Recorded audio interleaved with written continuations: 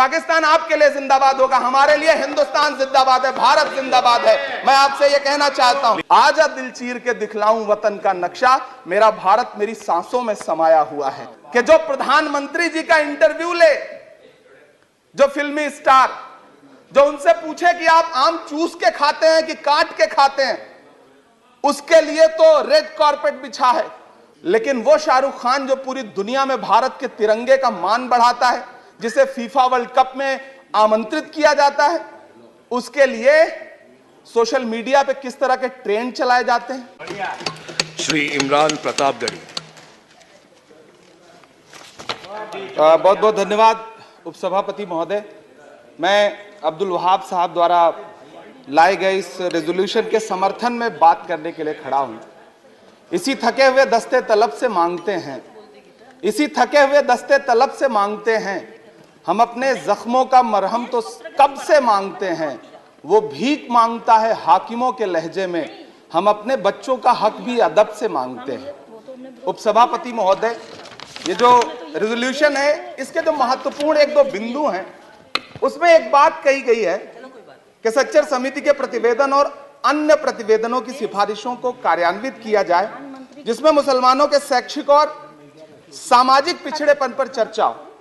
उद्धृत कर रहा हूं मैं इसे। दूसरा पॉइंट है कि छात्रवृत्ति और शैक्षिक कार्यक्रमों को बहाल किया जाए और सुधारा जाए, जिससे उच्चतर शिक्षा भागीदारी में सुधार आए। मदरसों के आधुनिकीकरण की बात की गई। मुझे हैरत है, तभी राकेश सिन्हा जी बात कर रहे थे, अभी नहीं है शायद, कहीं चले गए हैं आसपास। उन्होंने अपने भाषण में 23 बार सबका साथ सबका विकास की बात की। अभी गीता जी बोल रही थी, उन्होंने भी कहा कि सबका साथ सबका विकास का बजट आया है, लेकिन वो इसके, ये जो रेजोल्यूशन है, इसके विरोध में क्यों है, मैं समझ ही नहीं पा रहा हूं। अगर आप सबका साथ सबका विकास का दावा कर रहे हैं, सबका साथ सबका विकास के नारे लगा रहे हैं, तो अगर एक पर्टिकुलर एक कम्युनिटी जो जिस सच्चर कमेटी की सिफारिशों में यह तय हो गया है कि वो दलितों से भी बदतर स्थिति में है, उसका आर्थिक सामाजिक स्थिति ऐसी है, अगर उसके उत्थान के लिए कोई बिल बात कर रहा है तो फिर उसके विरोध में है क्यों? दरअसल ये वही मानसिकता है जो लगातार काम कर रही है, जिसके तहत अमृत काल में भी जो बजट पेश किया जाता है, उसमें जो अल्पसंख्यकों का बजट है उसमें 38% की कटौती की जाती है, और फिर कहा जाता है कि हम सबका साथ सबका विकास का दावा कर रहे हैं। ये कौन सा सबका साथ सबका विकास का दावा है? मदरसों के जो शिक्षक हैं, उनका कई साल से उनको वेतन नहीं दिया गया है। हमारे पास उनके फोन आते हैं, कहते हैं कि हमारी बात सदन में उठाइए, हम भूखों मर रहे हैं, हमारे घरों में चूल्हे नहीं जल रहे। हम जब उनकी बात यहां करें तो विरोध, लेकिन बातें क्या हैं? सबका साथ सबका विकास, सबका साथ सबका विकास। एक नारा सुनाई पड़ेगा कि सबका साथ सबका विकास। ये कैसा सबका साथ सबका विकास है? मैं सदन से यह पूछना चाहता हूं कि यहां सत्र चल रहा है उपसभापति महोदय, और इसी संसद से महज 800 मीटर की दूरी पर जंतर मंतर पर खड़े होकर के कार्यक्रम आयोजित होता है अभी 4 दिन पहले, और एक व्यक्ति वहां खड़ा होकर के सीधे आह्वान करता है कि ईसाइयों और मुसलमानों को काटना कब शुरू करोगे। सीधे आह्वान करता है। और सभापति उपसभापति महोदय, मैं पूछना चाहता हूं कि दिल्ली पुलिस उस पर कोई कार्रवाई नहीं करती, उल्टा जो मीडिया उसको दिखाने का प्रयास करती है उनको नोटिस भेजा जाता है। ये कौन सा सबका साथ सबका विकास है उपसभापति महोदय? यह हम बहुत गंभीर लोग यहां बैठे, मैं उच्च सदन में बैठा हूं, मैं यहां खड़ा होकर के कहना चाहता हूं, यह कौन सा सबका साथ सबका विकास है? उपसभापति महोदय, इसी दिल्ली में एक सांसद पाए जाते हैं, सत्ताधारी पार्टी के सांसद हैं, वो अपने कार्यक्रमों में सार्वजनिक मंचों पे खड़े होकर कहते हैं कि मुसलमानों का आर्थिक बहिष्कार करो। आप कह रहे हैं सबका साथ सबका विकास। कैसे होगा सबका साथ सबका विकास जब सत्ताधारी पार्टी के सांसद आर्थिक बहिष्कार की अपील करेंगे और उनके खिलाफ एक मामला तक दर्ज नहीं होता? प्रधानमंत्री जी अपने भाषणों में सबका साथ सबका विकास की बात करते हैं, लेकिन अफसोस है कि जब राजनीतिक तौर पर विकास करने की बात आती है तो लोकसभा में एक भी टिकट ये सत्ताधारी दल किसी मुसलमान को नहीं देता, राज्यसभा में एक भी टिकट किसी मुसलमान को नहीं देता, विधानसभा में जो बड़े बड़े प्रदेश हैं उसमें एक भी टिकट मुसलमान को नहीं देता। और वो 3 जो नाम के लोग थे, मुख्तार अब्बास नकवी साहब, एमजे अकबर साहब, सैयद जफर इस्लाम, उनको भी किनारे लगा दिया जाता है। ये कौन सा सबका साथ सबका विकास है? काहे का सबका साथ सबका विकास? ये नारा, ये दावा खोखला है। मैंने प्रधानमंत्री जी के भाषण सुने हैं। जब 3 तलाक पर बिल आ रहा था उपसभापति महोदय, तो प्रधानमंत्री जी कहते थे कि मैं अपने मुस्लिम बहनों को हक दिलाना चाहता हूं, उनके न्याय के लिए लड़ रहा हूं, ये बिल मैं उनके लिए ला रहा हूं। आपने भी सुना होगा वो नारा। मैं तो सभापति महोदय बचपन से जिस विद्यालय का पढ़ा हूं, वहां संस्कृत का एक श्लोक सुना करता था कि यत्र नार्यस्त पूज्यन्ते रमन्ते तत्र देवता। मैं इसे सुना करता था उपसभापति महोदय।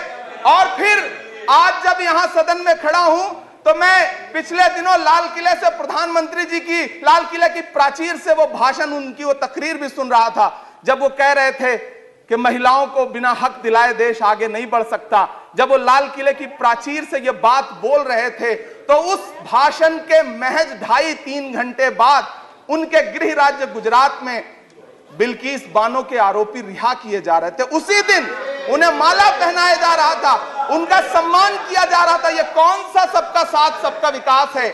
उपसभापति महोदय, मैं तो आपसे कहना चाहता हूं कि जो प्रधानमंत्री जी का इंटरव्यू ले, जो फिल्मी स्टार, जो उनसे पूछे कि आप आम चूस के खाते हैं कि काट के खाते हैं, उसके लिए तो रेड कारपेट बिछा है।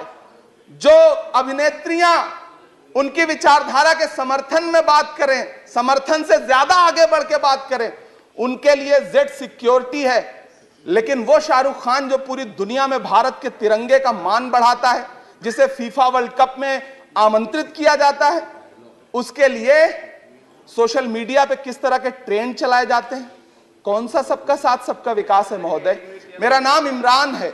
मैं उस पीड़ा को महसूस करता हूं जिस पीड़ा का जिक्र अभी मनोज झा जी कर रहे थे। मैं उस पीड़ा से गुजरता हूं, इसलिए मैं आपसे यहां खड़ा होकर कहता हूं कि हम हर दिन सुनते हैं, कई सारे मंत्री हैं जो ट्रेवल एजेंसी खोल के बैठे हैं, जो कहते हैं कि देशभक्ति हर दिन देशभक्ति साबित करो, चले जाओ वहां चले जाओ। मैं तो उनसे कहना चाहता हूं कि तुमने नफरत का जो बाजार सजाया हुआ है, तू ये कहता है मुसलमान पराया हुआ है, आजा दिल चीर के दिखलाऊं वतन का नक्शा, मेरा भारत मेरी सांसों में समाया हुआ है। हम उसको किसी को हर दिन उसका सबूत नहीं देते फिरेंगे। ऐसे में अगर ये बिल मांग करता है कि मुसलमानों के शैक्षिक और उनके सामाजिक, उनके आर्थिक उत्थान के लिए सरकार उस पर ध्यान दे, तो फिर तकलीफ क्या है, दिक्कत क्या है? क्या आपका जो नारा है वो झूठा है? क्या सबका साथ सबका विकास का नारा सिर्फ खोखला है? बजट से तो यही जाहिर होता है, आप लगातार घटाते जा रहे हैं बजट, आप लगातार कटौती करते जा रहे हैं। पूरे देश में प्रधानमंत्री जी दावा करते थे सबका साथ सबका विकास के नारे के साथ कि 2022 में हर व्यक्ति के छत पर, घर पर, सर पर छत होगी। यह प्रधानमंत्री जी का उद्धृत किया गया बयान है। लेकिन मैं तो आपसे यह कहना चाहता हूं, आप असम उठा के देख लीजिए, आप मध्य प्रदेश उठा के देख लीजिए, आप उत्तर प्रदेश उठा के देख लीजिए, एक दैत्याकार बुलडोजर है जो चारों तरफ घूम रहा है, और जिनके सरों पर छत है भी, उन छतों को भी छीन लेना चाहता है। लेकिन क्या प्रधानमंत्री जी इसे देखते नहीं है? क्या भारतीय जनता पार्टी सरकार के जिम्मेदार नेता इसे देखते नहीं है कि वो बुलडोजर सिर्फ लोगों का घर नहीं कुचल रहा है, संविधान को कुचल रहा है, लोकतंत्र को कुचल रहा है। गुवाहाटी हाई कोर्ट की वो का स्टेटमेंट सुनिए आप, पटना के एक जज साहब का स्टेटमेंट सुनिए आप, फिर अदालतों का क्या काम रह जाता है? ऐसे में सबका साथ सबका विकास कैसे माना जाए? उपसभापति महोदय, मैं तो आपसे ये कहना चाहता हूं कि पूरी दुनिया में कहीं भी जब कोई अल्पसंख्यक सफल होता है, किसी उच्च पद पर पहुंचता है, तो हम सारे लोग, हमारे तमाम साथी खुश होते हैं। ऋषि सुनक जब प्रधानमंत्री बनते हैं तो भारत में जश्न मनाया जाता है, मुझे खुशी होती है। आप दुनिया के किसी दूसरे देश में अल्पसंख्यक अगर सफल होता है तो आप खुश होते हैं, मिठाइयां बांटते हैं। लेकिन अपने देश में अल्पसंख्यकों के खिलाफ किस किस तरह के नारे इसी दिल्ली और उसके इर्द गिर्द लगाए जाते हैं, क्या वो हम नहीं सुनते हैं? और अगर सुनते हैं, और अगर पाकिस्तान आपके लिए जिंदाबाद होगा, हमारे लिए हिंदुस्तान जिंदाबाद है, भारत जिंदाबाद है। मैं आपसे ये कहना चाहता हूं, आपसे ज्यादा देशभक्त हूं मैं भारत का इमरान हूं, मैं भारत का इमरान हूं। महोदय, मुझे बोलने दें, बाहर भी नहीं बोलने देंगे, यहां भी नहीं बोलने देंगे, ये कौन सी प्रवृत्ति है? उपसभापति महोदय, मैं आपसे ये कहना चाहता हूं, ये जो साझी विरासत, अभी आदरणीय हमारे साथी राकेश सिन्हा जी बात कर रहे थे कि साझी विरासत अल्पसंख्यक बहुसंख्यक में बांटना नहीं है। मैं उनसे कहना चाहता हूं कि आदरणीय जरा सोशल मीडिया पे तो बहुत एक्टिव रहते हैं, रोज चैनलों पर भी बैठते हैं, चैनलों पे होने वाली डिबेट का स्तर देखिए। उसको रोकने के लिए हमारी सरकार रत्ती भर भी कोई कदम उठाना चाहती है? नहीं उठाना चाहती, बढ़ावा देती है।